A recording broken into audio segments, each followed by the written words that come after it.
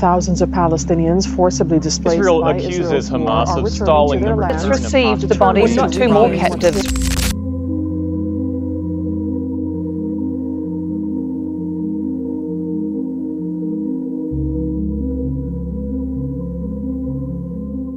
Hi, my name is Paulina. Let's get right into the storyboard. The first scene I'm gonna be talking about is called A Normal Day in Palestine. Palestinian families had a normal life. They weren't just always starving and having this sort of doubt. Obviously, these are people and these are lives, these are realities. This is not just, I mean, it's called a storyboard, of course, but I think it's more of a reality board because it's really showing what is going on in the world.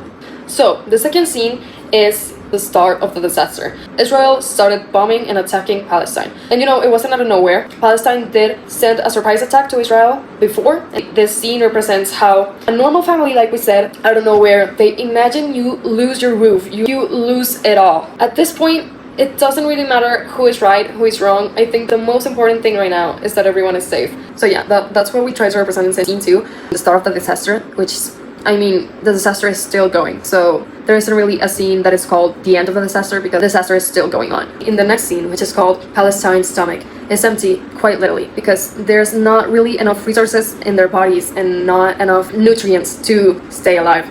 And there's actually people starving and people losing their homes, struggling to stay alive due to this war, in which I think we could always help more. We can be the little sparkle of hope in their eyes that has been gone since the start of the disaster. I brought you a gift. I made it. It was for Yellow Flowers Day, but I just got it, so here you go. Thank you. Thank you so much. My sister brought me a gift. Things like this. Things like thinking about the other person is what truly makes a difference. We have a lot of people in the world, but that doesn't mean a person is less worthy of love than another. If we have enough resources to have people be rich, I think there's enough resources to be shared. The society we live in is quite selfish. Why would you aspire to have more territory when that means taking out lives? How many lives are you willing to cross to have more power? If it happened to them, it can happen to us. The hearts you shatter, the families you break, buildings you destroy, they're not coming back. I'm sorry, I don't know why I started crying. Well, actually, I do know. I don't think any of us deserve to live in a world where war is what dominates. The next scene is called Your Wish is My Command. Countries started helping Palestine.